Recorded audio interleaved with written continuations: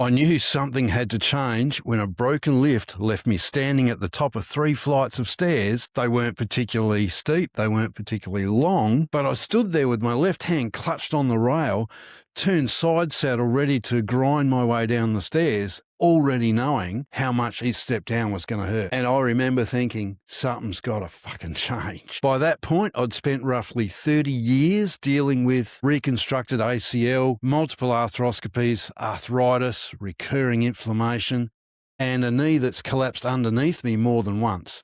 I'd gone from being a smart-ass young athlete with a box full of best and fairest trophies to walking downstairs sideways, one painful step at a time. So in this video, I'm going to work through how my knee reached that point and what finally changed my thinking and why I eventually chose frequency therapy and the OlyLife TERA P90 as part of my approach. But to understand why these 3 flights of stairs affected me so much, we need to go back to where the whole bloody thing started. Back in my teens and early 20s, I was what you might call a smart-ass athlete. I played multiple sports, I ran, I was competitive, and I got a box full of best and fairest trophies through those years. I expected my body to work, and then one day I was playing mixed netball, of all things, and I caught the ball in a straight line, and I came down and snap. The entire court heard it. I sort of shunted my way and leant against the net, against my back, and thought, shit, that can't be good. I'd torn my ACL, now that anterior cruciate ligament, and that led to a reconstruction and almost a year of rehabilitation, physiotherapy, trying to get the knee working properly again. And to be fair, the reconstruction did its job, but I didn't go back to basketball, football, netball, but I did return to cricket. I'm a cricket tragic. I continued playing into my early 40s, but I wasn't running freely anymore. It was more of a hobble. The knee would hurt, it would grind, and every now and again I'd twist or aggravate it and need another arthroscopy to clean things out again. But I could still play, just. And for years, that was enough. I wasn't fixing the problem. I was adapting around it, and eventually that caught up with me. The day that probably finished my sporting career was one of the best cricket matches I'd ever played, which is typical, isn't it? The day before the match, I'd been working as a civil engineer, which I was, a large water pipe that we were installing. We had a burst water main and it filled up with rubble, and I had to climb in there with a vacuum hose and clean everything out. Now, by the time I'd finished, my knees were red raw, and naturally I played cricket the next day. I was wicketkeeper captain and, well, caretaker of a team full of Indians. Piss funny. I loved it. We were getting smashed all over the park. Our bowlers couldn't bowl straight, and after I'd thrown the ball to near everyone on the team, I kind of spat it and said, "Can't any of you bastards bowl at the stumps?" Apparently not. So I spat at the dummy, I threw the gloves down and said, "Give me the frickin' ball," to the cheers and amazement of all the teammates, because I'd never bowled before, not even in the nets and in practice. And they're all going, "You can't bowl." And of course, I had a 2-step run up, like it was like 1 metre long, 1, 2, bowl. Now, I used to bowl as a youngster, but those days were long gone, but I still had the action and I knew how to do it. So the first ball, little outswinger, hit his off stump, bowled him. And because of that, I got another over, and then I got another wicket, and I ended up cleaning up the last 6 wickets, which I'd never done before, even as a kid. I think the best I'd ever had was 5. But they did get a decent score because of what happened before I came on. So then we went into bat, and they had a very good fast bowler as their opening bowler. Now, knowing my team, they are brittle at best. So I had to basically block him out without scoring too many runs to protect the guys, because I was an opening batsman in Premier Leagues. I had to protect them so we didn't get bowled out for next to nothing. So and they were all yelling out, "Hurry up, Drew, we need to score runs."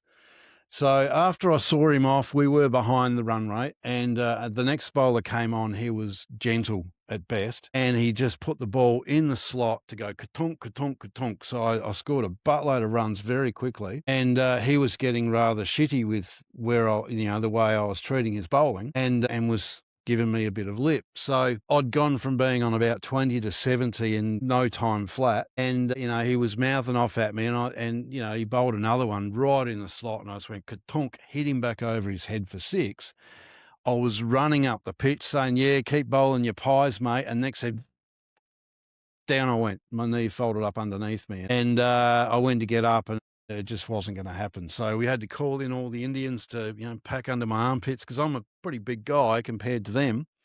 They carried me off and I sat there and scored in my pads. I didn't change out of my gear until we were 9 wickets down with about 20 runs to get, and kind of everyone looked around saying, is he coming back on? Because they knew I could have gone bang, bang, bang and won the game. I went to get up and I just went, nah, come in, and we lost the game. So, it would have been 100 if my knee didn't fold up underneath me, and 6 wickets in one game. So that was the end of my sporting career and the day that effectively took competitive sport away from me. But losing cricket wasn't the worst part. The worst part was how gradually the limitations became normal. After the swelling settled and I recovered as much as I could still walk, but it wasn't clean. Walking downstairs became particularly painful. Eventually, instead of walking downstairs normally, I'd turn sideways and take one step at a time. And in my early 40s, that wasn't ideal. The surgeons were telling me the likely next stage was a knee replacement, and I wasn't ready for that. And they weren't willing to give it to me because I was too young. So I did what a lot of people probably do. I sucked up the pain, grin and bore it, and started organising my life around what my knee would allow me to do. At the same time, years of eating a fairly standard Western diet were catching up with me. I gradually gained weight. I had a decent sized belly, a little bum and skinny legs. Basically, I had metabolic syndrome, and carrying extra weight with poor metabolic health wasn't doing an already damaged knee any favours.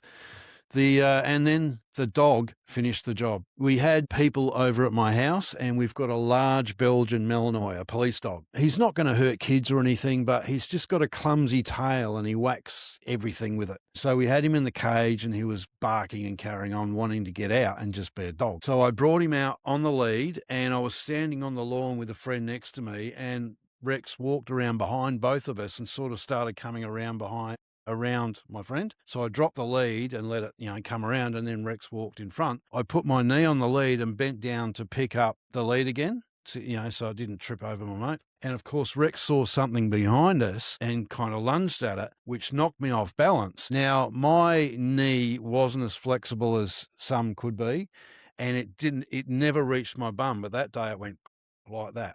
I went down on it straight. I didn't snap anything that I heard, but I went down, and everyone thought I went down with a heart attack or something. I went to get up and put some weight on it, and obviously that wasn't going to happen. So I got some people to help me inside, sat down on the lazy boy and flipped the feet out and stuck some ice on it, and kind of fell asleep dozing, half watching television, by myself. And every now and again someone would pop in and said, are you still alive? And I go, yeah, it just hurts. So that was the end of the party for me. It took 2 or 3 months before I could properly put any weight on that leg again. I couldn't straighten the knees, and to this day I still can't straighten it fully. I was extremely reluctant to return to the surgeon because I feared the conversation would go straight back to knee replacement, and I wasn't ready to accept that as the only direction. Eventually I could walk again. Not well, but enough to get around. And that brings us back to the staircase at the shopping centre. We'd parked on the rooftop, and we'd walked over to the entrance, and the lift was broken. 3 flights of stairs. I stood at the top with my hand on the rail, already knowing what was coming. 1 step at a time, and the pain. Trying not to twist or to put too much weight on the knee. And I stopped and thought, something's got to fucking change. Now, that was the moment I stopped treating the situation as something I had to simply tolerate, but deciding something had to change was the easy part. The difficult part was working out what I could actually do differently. And the first thing I looked at wasn't a machine, it was me. I knew I needed to lose some weight. I knew eating sugar and carbohydrates wasn't helping my metabolic health at all. And my knee always seemed swollen and inflamed. So I started taking what I ate, and when I ate it, far more seriously. I moved towards a mostly carnivore way of eating: meat, eggs, animal foods, the occasional avocado, some fermented foods, and a few other things that worked for me. I also incorporated intermittent fasting. Now, I found that when I ate enough protein and fat and wasn't riding the sugar roller coaster, fasting became much easier. I wasn't hungry all the time.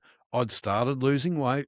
The swelling improved, and although it remains an ongoing process because, Christmas happens and you decide that bread rolls and donuts and cake are back on the menu, of course you put 4 or 5 kilos back on and then back on the wagon, getting yourself moving in the right direction again. But there was still a problem. My knee wouldn't straighten properly. It felt like I was walking on the ball of my foot with the knee permanently bent. Now, that naturally caused a limp, so improving my diet and metabolic health gave me a far better foundation, but I still wanted another practical layer that I could add to my routine. That was when I started looking into frequency therapy. I began reading about PEMF and terahertz therapy. I went through a lot of testimonials from people who had incorporated these technologies into their own routine. And yes, I was skeptical. Testimonies are useful, but anyone can say almost anything online these days. What made the difference is that a trusted friend already owned an OlyLife TERA P90. He had physical issues of his own, and I knew his situation, and he believed the device was helping him. I spoke with him, asked him questions, and tried to understand whether his experience could have any relevance to me and my knee. That gave me enough confidence to try it. I deliberately chose the P90 over the P90 Plus. At that point, my primary concern was my knee.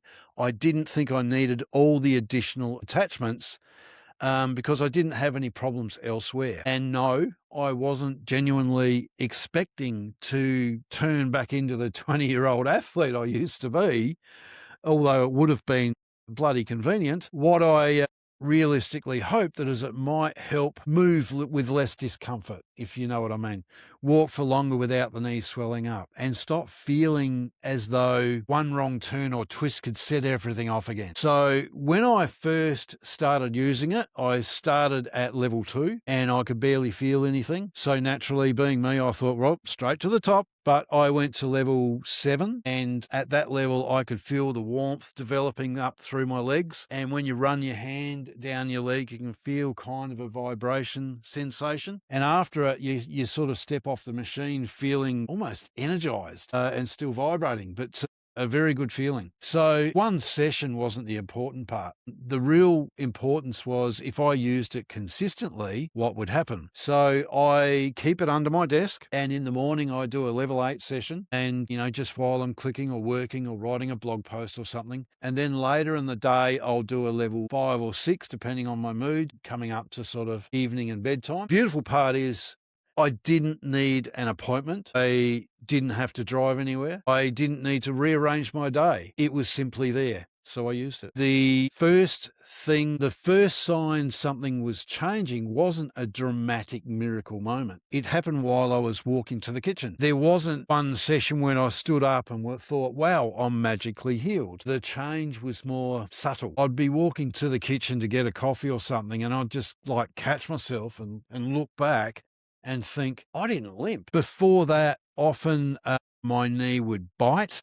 You twist and it felt like someone had a screwdriver in your knee, and I'd have to just catch myself. Over time, I noticed that wasn't happening anywhere near as often, and sometimes didn't happen at all. I could move around without constantly waiting for the next sharp pain. Was that only from the P90?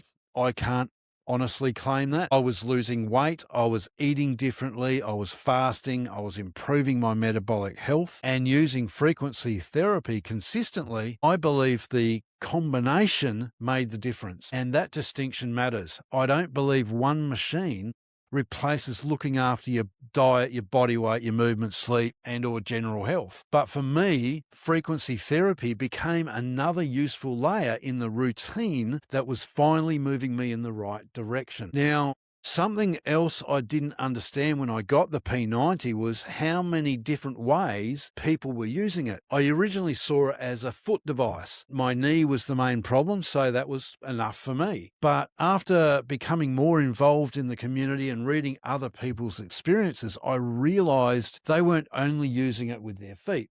People were placing their hands directly on the pad and sometimes even having that unit on their lap while they do it, which would bring the frequency closer to the knees and hips and elbows and shoulders. Now, that made me realize I'd been thinking about it too narrowly. I generally don't have problems with my hands, although I did go through a period with clicky knuckles, and from time to time I place my hands directly on the pad and the clicking eventually settled down. Now, I can't prove exactly what caused that, so I'm not going to pretend the machine magically fixed it, but I began to understand how people were incorporating this device into a broader wellness routine rather than thinking about, it's just helping my feet. For me, though, the main result remains the way I move. Most of the time, I can now walk much cleanly without the pain-driven limp I'd become used to.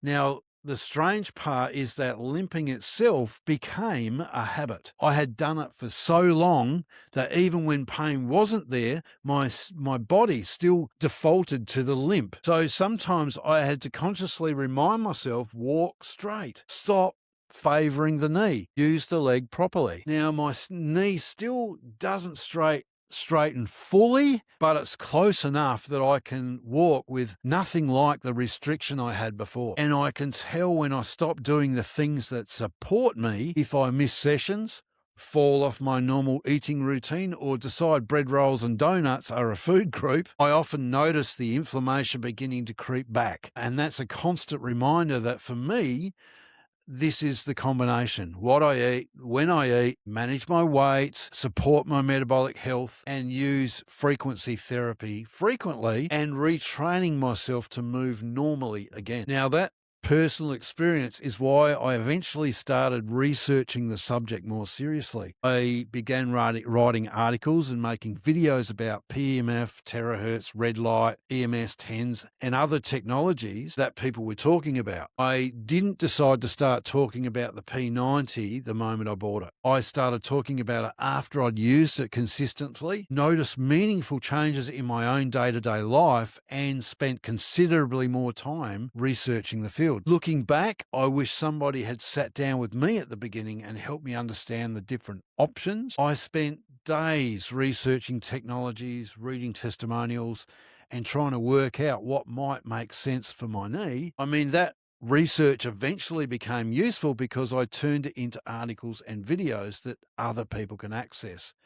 But my original decision would have been far easier if I had someone knowledgeable to talk about it with. My experience explains why I chose the device I did, but it doesn't automatically mean frequency therapy or the same device is right for you and your situation. If you're dealing with pain, stiffness, inflammation, limited movement, or poor recovery, and you're wondering whether PEMF, terahertz, red light, or another approach could be worth exploring, you could book a call with me and we'd have a straightforward conversation about what you're dealing with, what you've already tried, and what you're hoping to improve on. We could also talk about broader factors such as what you eat, when you eat it, your general lifestyle, and whether there's obvious errors worth investigating.